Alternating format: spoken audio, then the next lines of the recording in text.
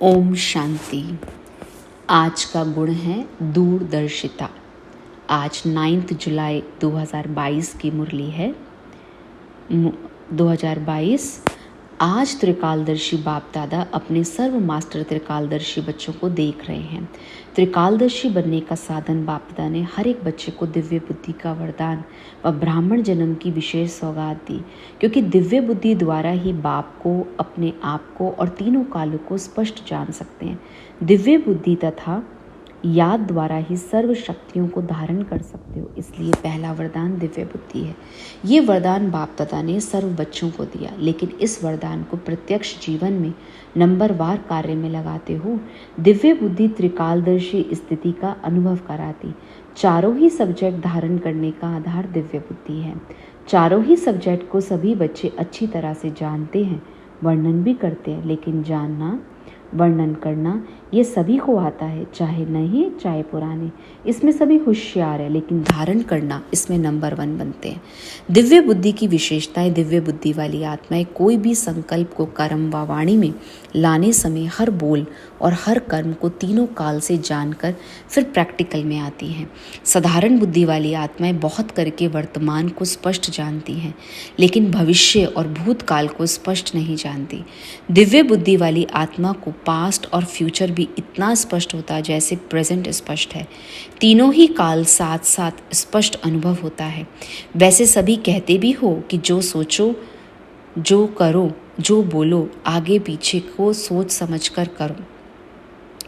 कर्म के पहले परिणाम को सामने रखो। परिणाम हुआ भविष्य। तो नंबर 1 है त्रिकालदर्शी बुद्धि। त्रिकालदर्शी बुद्धि कभी असफलता का अनुभव नहीं करेगी, लेकिन बच्चों में 3 प्रकार की बुद्धि वाले हैं। पहला नंबर सुनाया ना, त्रिकालदर्शी बुद्धि। दूसरा नंबर कभी त्रिकालदर्शी, कभी एक कालदर्शी। तीसरा अलबेली बुद्धि, जो सदा वर्तमान को देखते, सदा यही सोचते कि जो अभी हो रहा है या मिल रहा है, चल रहा है, इसमें ठीक रहे। भविष्य क्या होगा इसको क्या सोचो। लेकिन अलबेली बुद्धि आदि मध्य अंत को ना सोचने के कारण सदा सफलता प्राप्त करने में धोखा खा लेती। तो बनना है त्रिकालदर्शी बुद्धि। त्रिकालदर्शी स्थिति सदा श्रेष्ठ आसन है, जिस आसन अर्थात स्थिति द्वारा स्वयं भी सदा विजयी और दूसरों को भी विजयी बनने की शक्ति व सहयोग देने वाले हैं।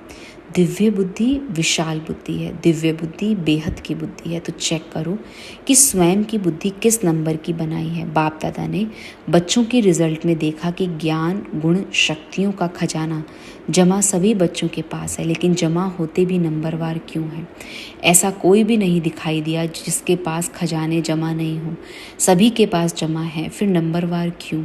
अगर किसी से भी पूछेंगे, स्वयं का ज्ञान है, बाप का ज्ञान है, चक्र का ज्ञान है, कर्मों के गति का ज्ञान है, सभी के पास सर्व शक्तियाँ हैं कि कोई है कोई नहीं है। ज्ञान में सभी ने हाँ किया और शक्तियों में हाँ क्यों नहीं किया? अच्छा, सभी गुण हैं, सब गुण बुद्धि में हैं, बुद्धि में ज्ञान भी है, शक्तियाँ भी हैं, फिर नंबरवार क्यों? फ़र्क क्या होता? खजाने को विधिपूर्वक कार्य में लगाना नहीं आता। समय बीत जाता, फिर सोचते हो कि ऐसे करते, इस विधि से चलते तो सिद्धि मिल जाती। तो समय को जानना और समय प्रमाण शक्ति व गुण व ज्ञान को कार्य में लगाना, इसके लिए दिव्य बुद्धि की विशेषता आवश्यक है। वैसे ज्ञान की पॉइंट्स बहुत सोचते रहते हो, सुनाते भी हो, कॉपियों में भी भरी हुई रहती है।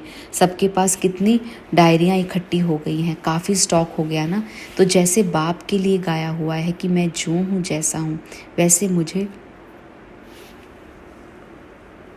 जानने वाले कोटों में कोई, जानते तो सभी हैं, लेकिन अंडरलाइन है जो हूँ जैसा हूँ, इसमें अंतर पड़ जाता। इसी रीति जैसे स्वयं और जो ज्ञान की पॉइंट्स या गुण या शक्ति आवश्यक है, वैसा कार्य में लगाना, इसमें अंतर पड़ जाता है और उसी अंतर के कारण नंबर 1 बन जाते हैं। तो कारण क्या समझा? एक तो समय प्रमाण विधि का अंतर पड़ जाता, दूसरा कोई भी कर्म व संकल्प त्रिकालदर्शी बन नहीं करते, इसलिए नंबर बन जाते हैं। कोई भी संकल्प बुद्धि में आता तो संकल्प है बीज, वाचा और कर्मणा बीज का विस्तार। अगर संकल्प अर्थात बीज को त्रिकालदर्शी स्थिति में स्थित होकर चेक करो, शक्तिशाली बनाओ, तो वाणी और कर्म में स्वतः ही सहज सफलता है। संकल्प को चेक नहीं करते अर्थात भी शक्तिशाली नहीं होता तो वाणी और कर्म में भी सिद्धि की शक्ति नहीं रहती। लक्ष्य सभी का सिद्धि स्वरूप बनने का है तो सदा सिद्धि स्वरूप बनने की विधि जो सुनाई उसको चेक करो। बीच बीच में बुद्धि अलबेली बन जाती, इसलिए कभी सिद्धि अनुभव करते कभी मेहनत अनुभव करते। बाप दादा का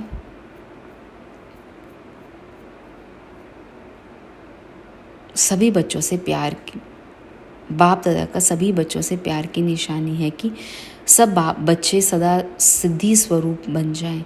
आपके जड़ चित्रों द्वारा भक्त आत्माएं सिद्धि प्राप्त करती रहें तो चैतन्य में सिद्धि स्वरूप बने हो तब तो जड़ चित्रों द्वारा ही और आत्मा सिद्धि प्राप्त करती।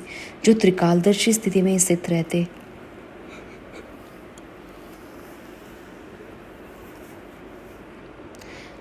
स्थिति समर्थ स्थिति है। इस समर्थ स्थिति वाले व्यर्थ को कैसे सहज समाप्त कर देते, जो स्वप्न मात्र भी व्यर्थ समाप्त हो जाता। अगर त्रिकालदर्शी बुद्धि द्वारा कर्म नहीं करते तो व्यर्थ का बोझा बार बार ऊंचे नंबर में अधिकारी बनने नहीं देता।